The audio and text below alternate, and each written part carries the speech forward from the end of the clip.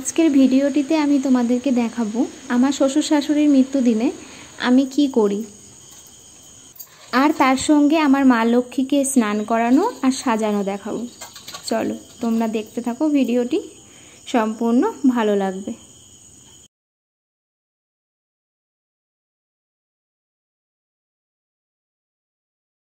Hello বন্ধুরা, সুপ্রভাত। একটা সুন্দর মিষ্টি সকালে তোমাদেরকে সঙ্গে নিয়ে আমি আজকে একটা নতুন ব্লগ স্টার্ট করলাম। তো তোমরা প্লিজ আমার সাথে থেকে ভিডিওটি স্কিপ না করে পুরোটা দেখো, আশা করি খুব ভালো লাগবে। ভোরবেলা উঠলে বোঝা যায় পাখিদের এই কুঞ্জন কত সুন্দর মিষ্টি লাগে। তোমরা কে কে এই কুঞ্জন শুনতে ভালোবাসো একটু জানিও। আমি তো প্রত্যেক দিন মিস করি, কারণ আমি অত সকালে উঠি না। আজকেই আমি এত সকালে উঠেছি কারণ একটা আজকে বিশেষ দিন, আমার শাশুড়ি মায়ের মৃত্যু দিবস।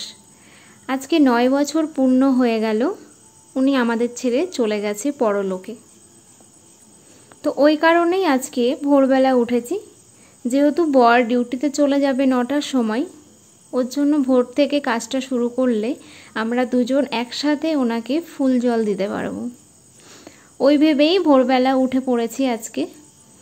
উঠে ভাবলাম একটু প্রথমে ছাদে যাই, তো পাখিদের কুঞ্জন থেকে শুরু করে দিই আমার ব্লগটি। আজকে যেহেতু বৃহস্পতিবার, তোমরা তো সবাই জানো বৃহস্পতিবারে আমাদের ঘরের বউদের কত কাজ থাকে। তো সকাল থেকে আমার 9টা পর্যন্ত লেগে গেল এই কাজগুলো করতে। ঘরে সমস্ত কাজ সেরে তারপরে আমি চলে গেলাম উঠোনে। উঠোনের কাজগুলো না আমি করি না, যেটা সত্য কথা সেটাই বলবো। একদিন করে আমি বলতে চাই না যে আমিই করি, এই কাজগুলো দিদা করে, কিন্তু দিদার ভীষণ শরীর খারাপ অনেক দিন ধরে, তাই কদিন ধরে আমিই করছি। তারপরে বাইরের কাজ সেরে স্নান সেরে নিলাম, চলে আসলাম ঠাকুর ঘরে ঠাকুরকে শয়ন থেকে তুলতে। ঠাকুরের কাজগুলো করতেই মিনিমাম আমার আধ ঘন্টা লেগে যায়, তারপরে পুজো দিতে আধ ঘন্টা, তো পুরোপুরি 1 ঘন্টা লাগে পুজোর কাজ সারতে। আর এইদিকে বরমশাই আমাকে ফুল তুলে প্রত্যেক দিন হেল্প করে। তারপরে আমি মন্দির দুটো ধুয়ে নিলাম, ওদিকে কালী মন্দিরটাও ধুয়ে নিয়েছি, তুলসী মন্দিরটাও ধুয়ে নিলাম। আমার বাসনগুলো ধোয়াও কমপ্লিট হয়ে গেছে।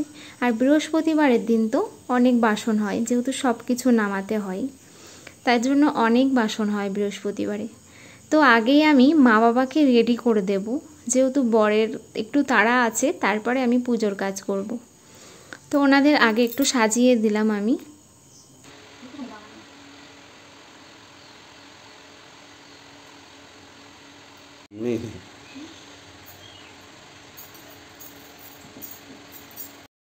আগে আমি মা বাবাকেই দিয়ে নিলাম, তারপরে আমি পুজোটা করব।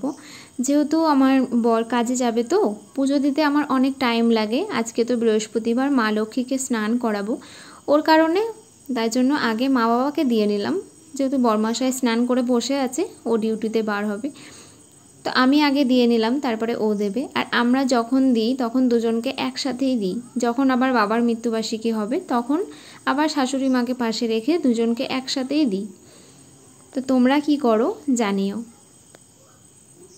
এই প্রার্থনাই করি যে তোমরা যেখানেই থেকো ভালো থেকো খুব, আর আমাদের দুজনকে আশীর্বাদ করো যাতে আমরা সারাটি জীবন হাসি খুশি থাকতে পারি, ভালো থাকতে পারি তোমাদের আশীর্বাদে। তো চলো, ওইদিকে তো কমপ্লিট হয়ে গেল, এবার আমি পুজোর কাজটা সেরে নিই। আজকে হচ্ছে মা লক্ষ্মীকে স্নান করাবো। আজকে আমি মা লক্ষ্মীকে একটা সাদা রঙের শাড়ি পরাবো। তোমরা দেখো, দেখে বলো কেমন লাগছে আমার মা লক্ষ্মীকে। মাঝখানে ভিডিওটি আর শ্যুট করতে পারিনি, যেহেতু বর চলে গেছে ডিউটিতে, তাই পুজোর শেষেই আমি তোমাদেরকে তুলে দেখাচ্ছি। পুজো দেওয়া আমার কমপ্লিট হয়ে গেছে, আর আমার মা লক্ষ্মীকে কেমন লাগছে তোমরা জানিও। আর ভিডিওটি কেমন লাগলো তোমরা একটু কমেন্ট বক্সে এসে জানিয়ে যাবে। ভিডিওটি যদি ভালো লাগে একটা লাইক কমেন্ট শেয়ার করবে। ভিডিওটি পুরো দেখার জন্য অনেক ধন্যবাদ। জয় মা লক্ষ্মী।